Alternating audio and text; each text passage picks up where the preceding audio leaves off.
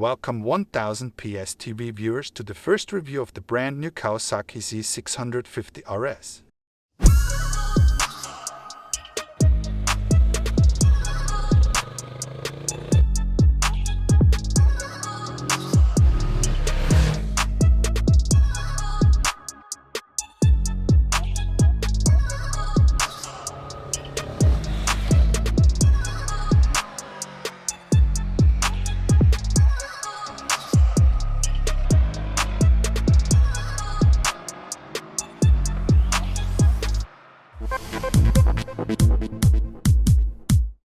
Kawasaki does it again.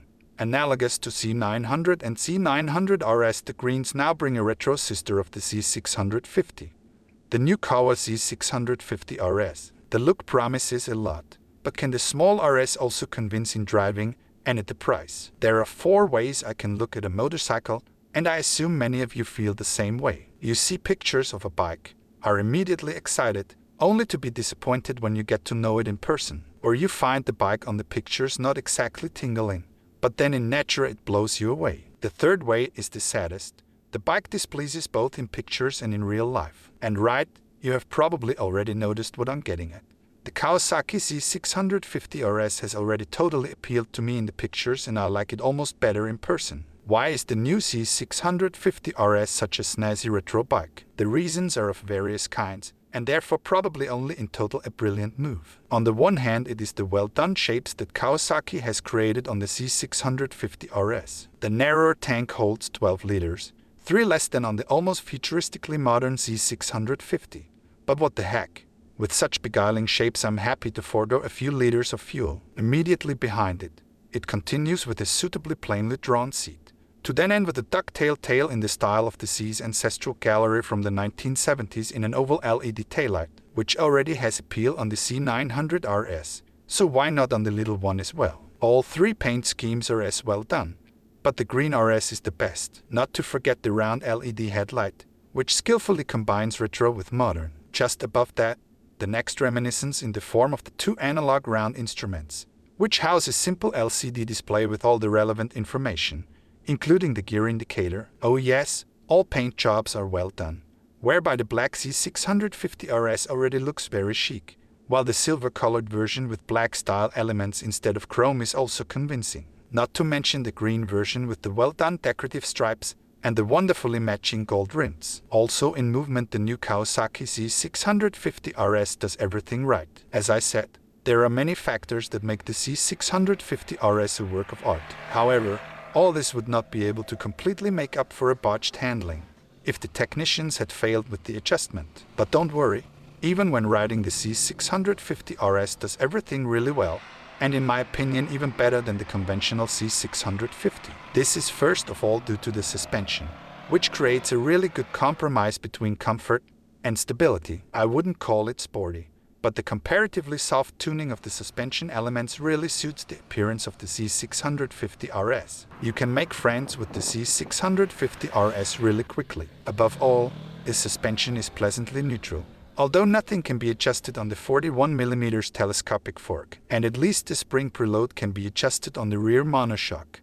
But a retro bike like this doesn't have to function like a high-powered hyper-naked bike. That's why I'm happy to forgive the little RS for not having an upside-down fork, because it suits the style better anyway. And Kawa has the infamous wolf in sheep's clothing one class higher anyway with the Z900RS. The 650RS, on the other hand, convinces with a performance that works well in all situations and actually on all surfaces. Because as many of you already know, it usually is pouring rain when I go on a press trip. Of course, the otherwise beautiful French Marseille was no exception to that, although only in the morning.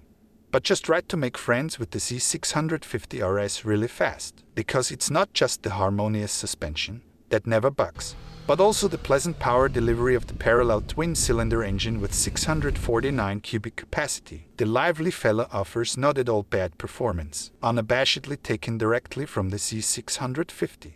The lively fellow delivers 68 horsepower at 8,000 revolutions per minute, and squeezes out 65 Nm at 6,700 revolutions per minute. That's enough on a wet road anyway, and you're happy about the direct but perfectly controllable power delivery.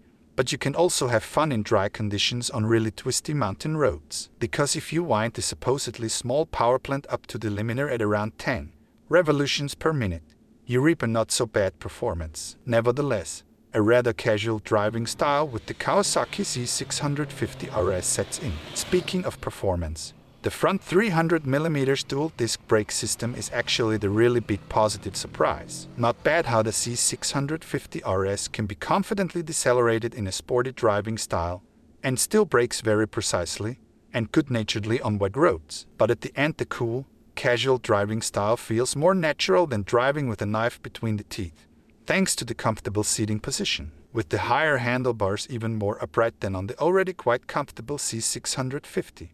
You can sit really comfortably on the RS and even take longer stages under your wheels. Is 820mm of seat height really too high? Surprisingly uneventful is that the seat height, despite 30mm more in relation to the normal Z650, was accepted easily by all testers. Not one complained about a too high seat, so the proof of the pudding is in the eating. Even smaller riders can find a good position thanks to the very narrow seat. But if you still find it too high, you can order a lower saddle with a height of 800mm from the range of accessories. Kawasaki Z650RS, cheaper than believed and an honest offer. The additional charge for this should be alright in any case. The Z650RS is anyway cheaper than I would have expected, if one assumes that Kawasaki wants to play in the league with Yamaha XSR 700 and Triumph Trident 660. But is proud of the successful optics. The price could have been around 85 euros in Austria. However, the Greens want to unleash the Z650RS at the end of November for about 8,000 euros on the certainly delighted clientele. It also seems fair that the silver version with its black accents and the beautiful green variant are a few hundred euros more expensive. They still remain a really good, honest offer. Conclusion: Kawasaki Z650RS. On the one hand, the Z650RS isn't too far removed from its parts-donating sister, the Z650. After all, it borrows chassis, engine and suspension from it. On the other hand, however, its wonderfully accomplished retro look and slightly different seating position make it so unique that it is actually the better model, or at least the more desirable one. The comfortable suspension is suitable for almost all surfaces. The lively engine is fun to ride and the front brakes work surprisingly well. It's understandable that Kawasaki demands a bit more for this added value, and in the case of the Z650RS, it's perfectly legitimate.